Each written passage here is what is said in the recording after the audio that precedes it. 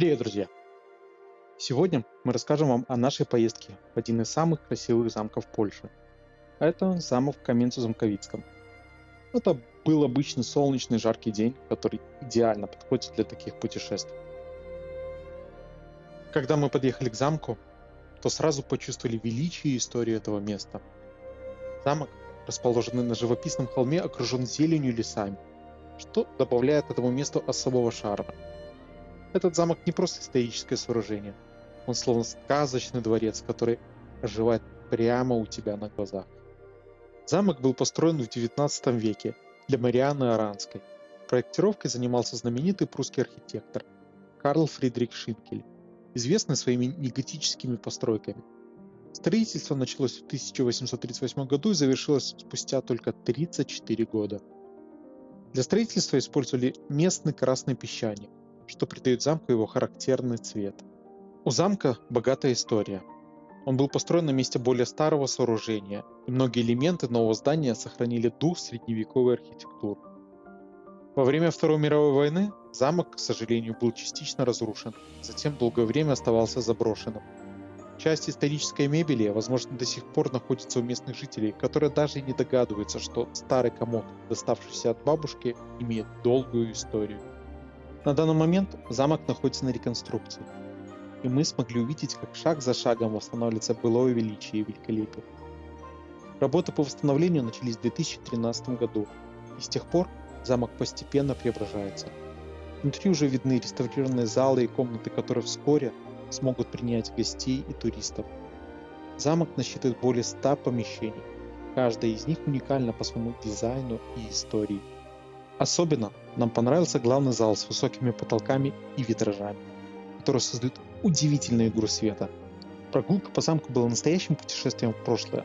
Мы словно оказались в другом веке. Вокруг замка разбит красивый парк, спроектированный в английском стиле. Он включает в себя многочисленные аллеи, пруды и скульптуры. Одной из главных достопримечательностей парка являются фонтаны. В парке есть несколько великолепных фонтанов, которые были восстановлены в ходе реставрации. Они добавляют еще больше романтики и величия этому месту. В жаркий день прохлада от них вполне была приятна. Во время экскурсии мы узнали много интересного о Марианне Аранской. Она была внучкой Фридриха Вильгельма II Прусского и имела огромное влияние в этом регионе. Ее жизнь полна интересных фактов. Например, она была одной из первых женщин своего времени, которая активно участвовала в благотворительной деятельности и развитии инфраструктуры региона. Недалеко от замка находится костел Иоанна Крестителя, который тоже заслуживает внимания. Костел был построен в 1614 году и представляет собой прекрасный образец барочной архитектуры. Он сохранился в отличном состоянии и до сих пор функционирует как место для богослужений. Мы не могли пройти мимо этого исторического здания и обязательно зашли внутрь, чтобы полюбоваться его интерьером и узнать больше о его истории.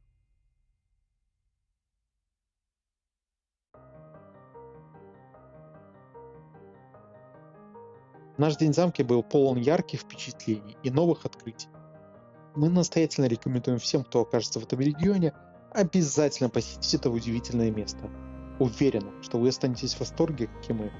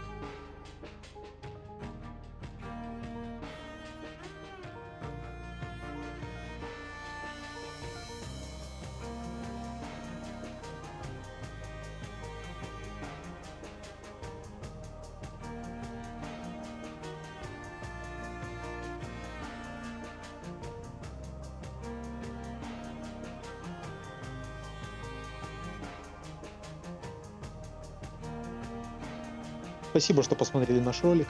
Если вам понравилось, обязательно ставим лайк, подписываемся на канал и до новых встреч.